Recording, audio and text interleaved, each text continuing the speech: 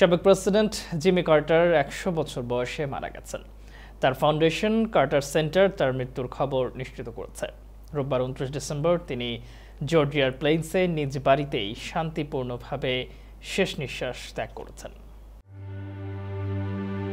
Jimmy Carter যুক্তরাষ্ট্রের ৩৯তম president হিসেবে ১৯৭৭ সাল থেকে ১৯৮১ সাল পর্যন্ত দায়িত্ব পালন করেছিলেন। তিনি যুক্তরাষ্ট্রের প্রেসিডেন্টদের মধ্যে সবচেয়ে বেশি বয়স পর্যন্ত বেঁচে ছিলেন। প্রেসিডেন্ট জো বাইডেন সাবেক প্রেসিডেন্ট কার্টারকে নীতিবান, বিশ্বাসী ও বিনয়ী হিসেবে বর্ণনা করেছেন। আর সাবেক প্রেসিডেন্ট বিল ক্লিন্টন ও তার স্ত্রী হিলারি ক্লিন্টন জিমি কার্টারের মৃত্যুতে গভীর শোক প্রকাশ করেছেন।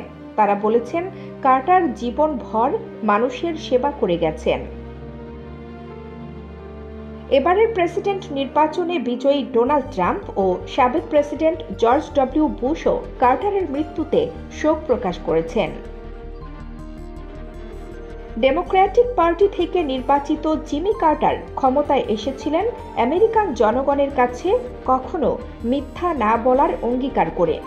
আলোচিত ওয়াটারগেট কেলেঙ্কারির পর জর্জিয়ার সাবেক এই বাদাম চাষী যুক্তরাষ্ট্রের প্রথম কোনো নেতা যিনি জলবায়ু পরিবর্তনকে গুরুত্ব সহকারে নিয়েছিলেন।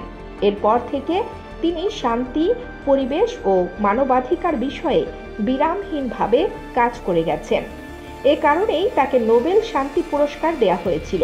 এ সময় তিনি নিজেকে পেশাদার রাজনীতিকের চেয়ে একজন বাদাম চাষী হিসেবেই তুলে ধরেন।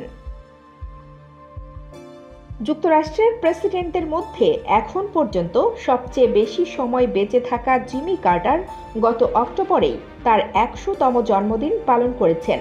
তিনি ক্যান্সারের জন্য চিকিৎসা নিচ্ছিলেন এবং গত ১৯ মাস হাসপাতালেই চিকিৎসাধীন ছিলেন।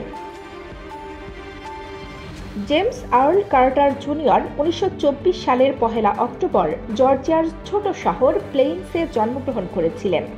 বাবা মায়ের ৪ সন্তানের মধ্যে তিনিই বড়। তার বাবা পারিবারিক ব্যবসা হিসেবে বাদাম চাষ করতেন, আর তার মা লিলিয়ান ছিলেন একজন nurse. Kaniz Fatema, Bangla channel news desk.